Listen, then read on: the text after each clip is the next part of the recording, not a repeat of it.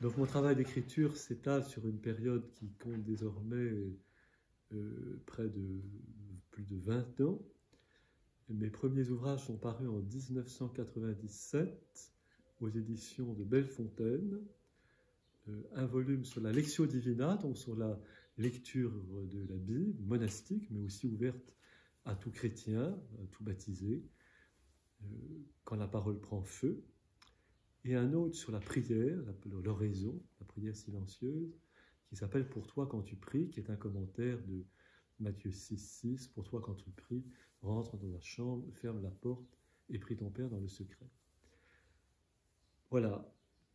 Ensuite, toute une série d'ouvrages qui sont parus aux éditions Ad-Solem, dans le domaine plutôt de la spiritualité et aussi de la liturgie, puisque j'enseigne à l'Institut de liturgie et à l'Institut catholique de Paris, et ça a été l'occasion, à travers mes cours, de faire plusieurs publications qui sont nées de mes cours, pour certaines. D'abord la série des Étincelles, qui sont une écriture très personnelle, en fragments, qui touchent à des sujets liturgiques, littéraires, philosophiques, existentiels. Ce sont des petits fragments de textes qui suivent l'année liturgique et qui suivent aussi le rythme de l'existence et également le rythme des saisons. C'est une écriture extrêmement libre. Pour l'instant, il y a 4 volumes. Un 5e est en préparation. Ce sont des livres, on peut les prendre, les laisser, les ouvrir à n'importe quelle page, et ça peut accompagner un chemin spirituel tout au long de l'année, et peut-être aussi tout au long d'une vie. Voilà. Hormis les étincelles, donc il y a des ouvrages plus spécifiquement liturgiques. La liturgie art et métier, toujours aux éditions Ad-Solem.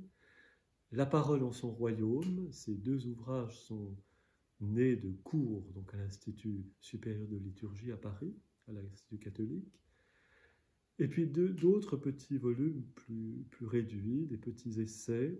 Il y a la théologie poétique, qui est de 2009, si j'ai bonne mémoire.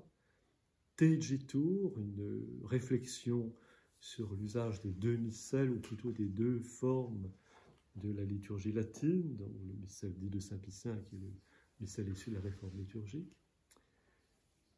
Et également un petit livre, lui aussi sur la Lectio Divina, qui s'appelle Nazareth, maison du livre. Voilà. À côté de cela, il y a des choses plus universitaires ou plus scientifiques, si on veut. 2 volumes aux éditions des Sources chrétiennes, donc cette collection qui publie des œuvres patristiques. Et j'ai publié donc 2 volumes, le numéro 459 et le numéro 502 des Sources chrétiennes, des hymnes d'Éphrem le Syrien. De magnifiques hymnes liturgiques d'un père liturgique syriaque, qui a écrit en syriaque, du IVe siècle. Un volume d'hymnes sur la nativité et le second d'hymnes pascal. Donc ça peut accompagner là aussi un cheminement liturgique, théologique, spirituel autour de Noël et de Pâques. Également, un volume qui est né de ma thèse de doctorat, qui s'appelle Les Pères de l'Église et la liturgie, donc qui est une grande fresque de l'expérience liturgique que les pères de l'Église pouvaient avoir essentiellement au IVe, Ve siècle, entre la grande naissance constantinienne jusqu'à Justinien. Voilà. Et également, on trouvera alors dans le domaine de l'homélie, des homélies, des sermons ordinaires prononcés à l'abbaye pour les frères, 2 volumes, les sermons pour les oiseaux, sermons aux oiseaux, aux éditions Ad-Solem, et puis La Voix contagieuse aux éditions Talendier. En tout, ça fait 75 homélies. On a également aux éditions Talendier un recueil de mes chroniques pour la revue Études. J'ai chroniqué pour la revue Études de 2014 à 2018 sur des sujets d'actualité, de société, donc c'est en plein dans l'actualité, là pour le coup. Et j'ai réuni ces chroniques sous le titre de l'ère du temps au cœur du monde. Voilà, c'est un peu un regard sur la société contemporaine, sur des événements récents, les attentats, les événements politiques, des faits de société, que ce soit l'Internet, le phénomène du Facebook ou des choses plus amusantes comme le port de la barbe.